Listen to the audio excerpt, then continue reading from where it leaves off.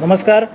आजची पत्रकार परिषद ही मुलुंड भांडूप विक्रोळीसहित संपूर्ण मुंबईवरती दूरगामी परिणाम करणारे दोन जे प्रकल्प आहे त्यांची सत्य माहिती ही नागरिकांपर्यंत पोहोचावी यासाठी आहे. यातला पहिला प्रकल्प आहे धारावी पुनर्वसन प्रकल्प आणि दुसरा प्रकल्प आहे PAP प्रकल्प जो मुलुंड पूर्वमध्ये सुरू आहे.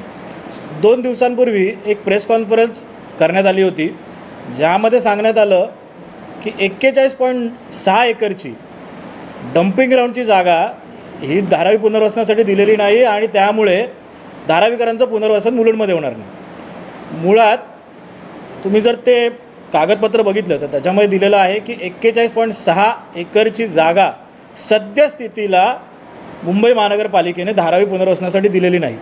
त्यात कुठेही उल्लेख नाही की आम्ही फ्युचरमध्ये देणार नाही किंवा आम्ही ती देणारच नाही. त्याचं कारण असं आहे की 2018मध्ये ती जागा एका कंपनीला बायो मायनिंगसाठी 6 वर्षासाठी दिली होती. त्याची मुदत ही 2025मध्ये संपणार आहे. त्यामुळे त्यांचं जे वक्तव्य आहे ते अतिशय बरोबर आहे की आजच्या स्थितीला दिलेली नाही परंतु फ्युचरमध्ये ती देणार आहेत. त्याचं कारण असं की 10 जानेवारी 2024ला महाराष्ट्र शासनाच्या गृहनिर्माण विभागाने मुंबई महानगरपालिकेकडे 2 जागांची मागणी केली आहे. एक आहे 46 एकर जी डम्पिंगची आहे आणि 18 एकर ऑक्ट्रायची जागा आहे. 18 एकर ऑक्ट्रायबाबत काही म्हणणं नाही त्यांचं. महानगरपालिकेचे आयुक्त यांचं बजेटमध्ये स्टेटमेंट आहे की 18 एकरची जी जागा आहे ती द्यायची प्रोसेस सुरू झालेली आहे. 46 एकरची जागा ही 2025मध्ये संपल्यानंतर ते डम्पिंगसाठी देणार आहेत परंतु त्याची कुठलेही उल्लेख ना कुठल्या पक्षाने केला ना प्रेस कॉन्फरन्स करणाऱ्या डॉक्टर किरीट सोमय्या साहेबांनी केला. धारावी पुनर्वसनासाठी जे मिठागरांच्या जागा आहेत त्याबाबत डॉक्टर किरीट सोमय्या साहेबही बोलत नाहीत ना कुठला पक्ष बोलतो आहे. धारावी पुनर्वसनासाठी मुंबईमधल्या मुलुंड भांडूप विक्रोळीमधल्या 255 एकर जागा ही केंद्राकडे मागण्याचा ठराव 5 फेब्रुवारी 2024ला म्हणजेच याच वर्षी मंत्रिमंडळाच्या बैठकीमध्ये झाला. आणि सर्वात आश्चर्याची गोष्ट म्हणजे 6 फेब्रुवारीला ॲडिशनल चीफ सेक्रेटरी यांनी केंद्राकडे पत्रक पाठवलं आणि आम्हाला सांगितलं आहे की आम्हाला ती जागा पाहिजे आणि लवकरात लवकर ती जागा डिस्पोज करावी, आम्हाला ट्रान्सफर करावी, हे त्यांचं पत्र. त्याचबरोबर त्यांनी ॲप्लिकेशनसुद्धा दिलेलं आहे. ॲप्लिकेशनमध्ये जागांचा उल्लेख आहे. CTS क्रमांक 657, 853, 120.5 एकर कांजूरमधली कशासाठी हवी आहे? धारावी पुनर्वसनासाठी. त्याच्यासाठी त्यांनी ॲफिडेविटसुद्धा दिलेलं आहे, अंडरटेकिंगसुद्धा दिलेलं आहे. दुसरी जागा 76.9 एकर CTS क्रमांक 657, 730 कुठली आहे? भांडूप. अंडरटेकिंगसुद्धा दिलेलं आहे. तिसरी जागा मुलुंडमधली CTS नंबर 1300, 1313, 1318, 1319, 1291, 1299 58.5 स्पष्ट उल्लेख आहे धारावी रिडेव्हलपमेंटसाठी. कधी दिलं आहे? 6 फेब्रुवारी 2024 म्हणजे यावर्षी विथ अंडरटेकिंग. त्याचा रेफरन्स असा आहे की याच्या आधी धारावी रिडेव्हलपमेंट प्रायव्हेट लिमिटेड कंपनीने केंद्राकडे जागेची मागणी केली होती 22 डिसेंबर 2023ला परंतु केंद्राने सांगितलेलं आहे 17 नोव्हेंबर 2023ला की आम्ही कुठल्याही प्रायव्हेट कंपनीला देऊ शकत नाही, तुम्ही राज्य सरकारला सांगा, राज्य सरकार आमच्याकडे मागणी करेल तर आम्ही ती जागा देऊ. आणि त्याच्यासाठी राज्य सरकारने मागणीसुद्धा केलेली आहे अंडरटेकिंग सकट. मग हे लोक खोटं का बोलत आहेत की आम्ही जागाच मागितलेली नाही आहे किंवा आम्ही मुलुंडमध्ये भांडूपमध्ये मिठागरांच्या जागांवरती पुनर्वसन होऊ देणार नाही आहे. आणि विशेष म्हणजे मुलुंडचे आमदार 28 फेब्रुवारीला अधिवेशनामध्ये धडधडीत खोटं बोलतात की 1 इंच जागा दिलेली नाही.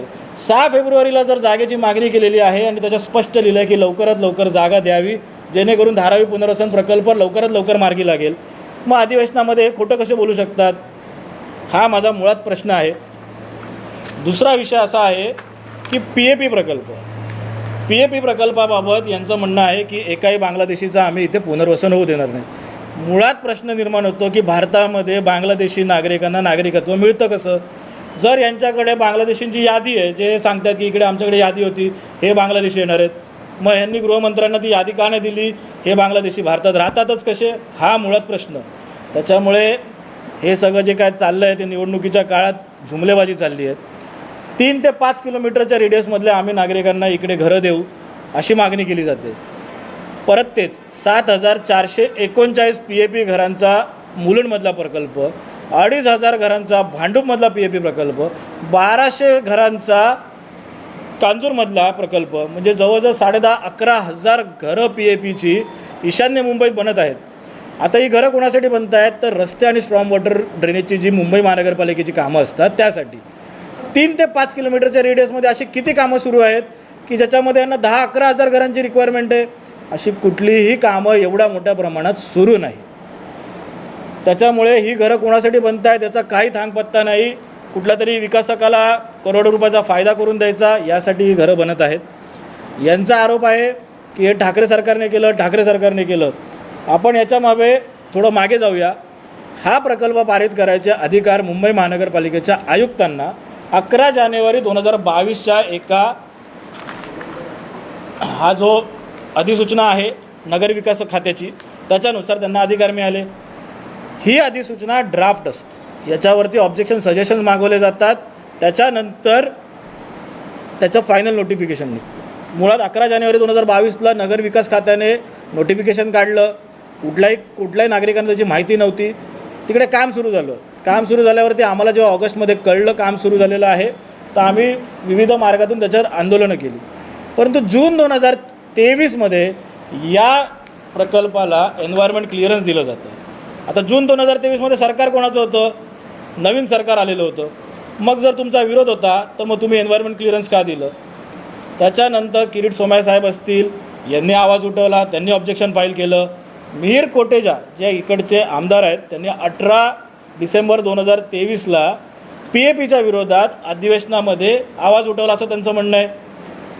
मग हे सरकारने या प्रकल्पाच्या विरोधात 22 फेब्रुवारी 2024 म्हणजे यावर्षी फायनल नोटिफिकेशन कसं काढलं? हे आहे 22 फेब्रुवारी 2024चं PAPच्या संदर्भात आलेलं फायनल नोटिफिकेशन. याच्यानुसार जे ड्राफ्ट होतं त्याच्यावरती ऑब्जेक्शन सजेशन्स करून यांना पूर्णतः परवानगी दिलेली आहे. याच्यामध्ये तुम्ही बघू शकता, मी तुम्हाला सगळ्यांना कॉपी शेअर केलेली आहे. मग जर भाजपचा याला विरोध आहे, मग यांना केंद्रात सरकार आहे, राज्यात सरकार आहे, महानगरपालिकेत सरकार आहे, मग एका बाजूला विरोध करायचा आणि दुसऱ्या बाजूला या परवानग्या द्यायच्या, याला फायनल नोटिफिकेशन काढायचं. हे का सुरू आहे हा प्रश्न आहे. त्याच्यामुळे आजची पत्रकार परिषद आहे की एका बाजूला भाजप पक्ष असेल किंवा इथले उमेदवार असतील हे PAP आणि धारावीबाबत विरोध दर्शवतात. दुसऱ्या बाजूला त्या संदर्भात परवानग्या घेतल्या जात आहेत. केंद्राकडे जागा मागितली जात आहे. राज्य सरकारचं नगरविकास खातं याला परवानगी देत आहे आणि याचं फायनल नोटिफिकेशन इश्यू केलेलं आहे. मी स्वतः जनहित याचिका दाखल केलेली आहे. अशी जनहित याचिका दाखल केलेली असतानासुद्धा त्याची कुठलीही जाण या सरकारने ठेवलेली नाही आणि फायनल नोटिफिकेशन काढलेलं आहे. आणि हे सरळ याचा अर्थ असा आहे की या लोकांचं या प्रकल्पांना समर्थन आहे. धन्यवाद. आपलं काही हे सरकार असेल किंवा या आधीचं सरकार असेल या दोन्ही सरकारकडून मुरुडकरांची दिशाभूल केली जाते. 100% दोन्ही म्हणजे तुम्ही बघाल तर मागच्या सरकारने 10 जानेवारीला जर नोटिफिकेशन काढलं आहे. आम्ही ऑब्जेक्शन फाईल केलेलं आहे. कुठल्याही नागरिकांनी जर तुम्ही विचार करा ऑक्टोबरपासून आत्तापर्यंत तुम्ही सगळ्यांनी कव्हर केलेले आहेत. हजारो नागरिक रस्त्यावरती उतरले धारावी प्रकल्पाच्या विरोधात आणि मुलुंडमधल्या PAPच्या विरोधात. परंतु असा विरोध असतानासुद्धा जर हे सरकार नागरिकांना गृहीत धरत आहे आणि हे परवानग्या देत आहे, हे फायनल नोटिफिकेशन जर तुमचा खरंच विरोध असता तर हे फायनल नोटिफिकेशन तुम्ही रोखू शकला असतात. हे फायनल नोटिफिकेशन काढायची गरजच नव्हती. कारण माझं स्वतःचं रिटर्न ऑब्जेक्शन आहे. कोर्टामध्ये केस पेंडिंग आहे. किरीट सोमय्या साहेबांनी स्वतः ऑब्जेक्शन केलं आहे. अधिवेशनात तुमचे आमदार ओरडत आहेत. त्याचबरोबर मुलुंडमध्ये काही दिवसांपूर्वी भाजपचे मुंबई अध्यक्ष आशिष शेलार साहेबसुद्धा येऊन सांगितलं आहे की मी वकीलपत्र घेणार. मग अधिवेशनात जेव्हा हे ठराव पारित होतात तेव्हा हे सगळे लोक कुठे असतात? त्याच्यामुळे निवडणुकीच्या काळात नागरिकांची दिशाभूल केली जात आहे. एवढंच माझं याच्यातनं स्पष्ट आरोप आहे.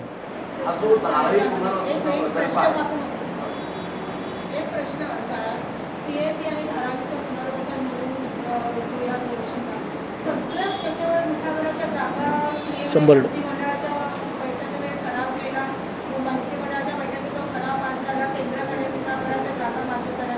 अधिवेशनामध्ये सीएमने असं म्हटलेलं होतं धारावीमधले जे अपात्र घरं आहेत त्यांचे 10 किलोमीटरच्या रेडियसमध्ये मुलुंड वगैरे असेल पुलावर असतात. पण हे सगळं धारावीचे जे अपात्र घरं लोक इकडे आलेले PAP आणि बांगलादेश आहे, जो मुलुंड आणि ईशान्य मुंबईवर जो रिसोर्सेसचा ताण पडणार आहे त्याच्या विरोधी जे भाजप आहे किंवा इतर पक्ष कोणीही बरोबर त्याच्याबद्दल आपली ही भूमिका तुम्ही PI मध्ये मांडली. आम्ही PILमध्ये जर तुम्हाला कॉपी बघितली तर PILमध्ये मी पूर्ण एन्व्हायरमेंटचा आणि सुप्रीम कोर्ट माननीय सुप्रीम कोर्टाने ज्या गाईडलाईन्स कोहिनूरच्या जजमेंटमध्ये दिलेल्या आहेत त्याचाच आधार घेऊन आम्ही केलेला आहे की इथले जे मिठागरं आहेत किंवा इथल्या ज्या ओपन स्पेसेस आहेत त्याचा कोणालाही काही फरक पडत नाही आहे. या PAP प्रकल्पामध्ये जिथे 25% RG ओपन स्पेस ठेवायला लागतो तिथे 8% ठेवलेला आहे. पर्यावरणाचा काही यांना हे नाही. आता मिठागरांच्या जागा 26 जुलैच्या पावसामध्ये या मिठागरांनीच मुंबईला तारलं आहे आणि या जागांवरती धडधडीत तुम्हाला केंद्राकडे तुम्ही जागांची मागणी करतात आणि त्याच्यात स्पष्ट लिहितात की लवकरात लवकर आम्हाला या जागा ट्रान्सफर कराव्या जेणेकरून धारावी पुनर्वसन प्रकल्पामध्ये कुठली आडकाठी येणार नाही. आणि एका बाजूला सांगतात की आम्ही धारावीकरांना इकडे येऊ देणार नाही. अपात्र धारावीकरांसाठी मिठागरांच्या जागांवरती भाडेतत्वावरती घरं बांधण्यासाठीच या जागा आहेत. हे यांच्या 6 फेब्रुवारी 2024 Valsa Singh Nair additional chief secretary यांनी ॲप्लिकेशन केलेलं आहे. यांनी स्पष्ट लिहिलेलं आहे की लवकरात लवकर धारावीसाठी आम्हाला जागा द्यावी. अंडरटेकिंगसुद्धा दिलेलं आहे की याच्यावरचा खर्च आम्ही करू, काही लिटिगेशन्स आले तर राज्य सरकार त्याला जबाबदार असेल. अंडरटेकिंगसुद्धा दिलेलं आहे. आणखी जे स्पेशल ब्रांच आहे बांगलादेशीचा तुम्ही उल्लेख केला तो नंबर 8 जे बांगलादेशीचे सगळे ते बिहार बरोबर. तुम्हालाही माहिती आहे. मग तुम्ही याची जर PAP जर बांगलादेशींना करावं देत असते मग तुम्ही त्याच्यामध्ये स्पेशल ब्रांचला पाठी केली मी कधीच बांगलादेशींचा उल्लेख आमच्याकडनं होत नाही. बांगलादेशींचा उल्लेख उलट तेच लोक करतात की इकडे बांगलादेशींना घरं दिली जाणार आहे. मुळात आम्ही इन्फ्रास्ट्रक्चरवरती बोलत होतो. जर यांच्याकडे बांगलादेशींची यादी आहे ते धडधडीत दाखवतात हे बांगलादेशी येणार बांगलादेशी. मुंबई पोलिसांना यांनी यादी द्यावी बांगलादेशी कुठे राहतात ते. माझा प्रश्न आहे बांगलादेशी भारतात राहतातच कसे हा प्रश्न. जर यांच्याकडे यादी तर त्यांनी ती द्यावी आणि त्यांना पोलिसांना कारवाई करायला लावी. 41.36 एकरचा हा डम्पिंगचा जो भूखंड आहे त्याच्या बाजूचा 18 एकरचा भूखंड या ठिकाणी धारावी जे धारावीकर अपात्र धारावीकरांचं पुनर्वसन होणार होतं. मात्र तुम्ही जो उल्लेख करताय वारंवार ती जी पत्रकार परिषद आहे त्यावेळेस त्यांनी फक्त 41.36 एवढा जो भूखंड आहे त्या संदर्भातच त्यांनी चर्चा केली. त्या संदर्भात कागदपत्र दाखवले. मात्र 18 एकरच्या वर त्यांनी स्पष्टता केलेली आहे का हा एकत्रित प्रकल्प होणार होता आणि त्याची सुरुवात नेमकी 18 एकरमध्ये तरी झालेली आहे. हे बघा कसं आहे की 10 जानेवारी 2024ला गृहनिर्माण विभागाने या जागा 18 एकर आणि 46 एकरची जागेची मागणी केली. 18 एकरची जागा ऑलरेडी द्यायची सुरुवात झालेली आहे. हे मी नाही आयुक्त यांनी बजेटच्या त्यांच्या भाषणामध्ये सांगितलेलं आहे की ही ऑलरेडी आम्ही जी प्रक्रिया सुरू केलेली आहे ते भाषण तुम्हाला आयुक्तांचं तुमच्याकडे आहेच. 46 एकरची जी जागा आहे ती 2018मध्ये 6 वर्षासाठी बायो मायनिंगला दिलेली आहे. त्याची मुदत 25 मध्ये संपते म्हणून ते बरोबर आहे त्यांचं स्टेटमेंट की ती 6 वर्षासाठी दिली. ती आज नाही दिली, ती 18 मध्ये दिले. त्याची मुदत पुढच्या वर्षी संपते. म्हणून RTIमध्ये जर तुम्ही RTI स्पेसिफिक टाकाल आज दिली आहे का आज नाहीच दिली आहे. फ्युचरमध्ये देणार आहेत की नाही देणार आहे ह्याच्याबद्दल कुठली वाच्यता करत नाहीत. आज दिलेली नाही अगदी बरोबर आज दिलेली नाही कारण त्याची मुदत एका कंपनीला दिलेलं आहे. पुढच्या वर्षी संपेल. पुढच्या वर्षी याच्यावरती सुद्धा यांना धारावीसाठी घरं बांधायचीच आहेत. धारावीचं पुनर्वसन हा खूप मुद्दा गाजतो आहे आणि मग किरीट सोमय्यांनी कुठेतरी मुरुमकरांची दिशाभूल या प्रेसमधून केली आहे का असं 100% ही दिशाभूल करायची आणि वेळ मारून न्यायची. लोकसभेची निवडणूक आलेली आहे. वेळ मारून न्यायचं काम त्यांनी केलेलं आहे असा माझा आरोप आहे. PAP बाबत देखील असाच प्रश्न तुम्ही जो बांगलादेशबद्दल विचारलाय त्यातही किरीट सोमय्या यांची आता भाषा जी आहे ती बदललेली दिसते. याबरोबर त्यांनी थेट PAPला विरोध केला होता. आता त्यांचं असं म्हणणं आहे की PAPमध्ये इतर जे लोक येणार आहेत बांगलादेशी वगैरे यांचं पुनर्वसन होतं. मुळात तेच आहे ना क्या ते आता कुठल्या तोंडाने बोलतील. 22 फेब्रुवारी 2024 2 महिन्यापूर्वी जर ते या प्रोजेक्टचं फायनल नोटिफिकेशन त्यांचंच सरकार काढतं मग ते विरोध कुठल्या गोष्टींना करत आहेत. तुमचा विरोध आहे. तुम्ही ज्येष्ठ नेते आहेत. मग तुमचंही सरकार ऐकत नाही का. अधिवेशनामध्ये तुमचा आमदार तिकडे विरोध दर्शवत आहेत. त्याच अधिवेशनामध्ये हे पारित होतं 22 फेब्रुवारीला. म्हणजे हा विरोधाभास काय आहे तुम्ही खरं तर त्यांनाच विचारायला पाहिजे आता हा प्रश्न.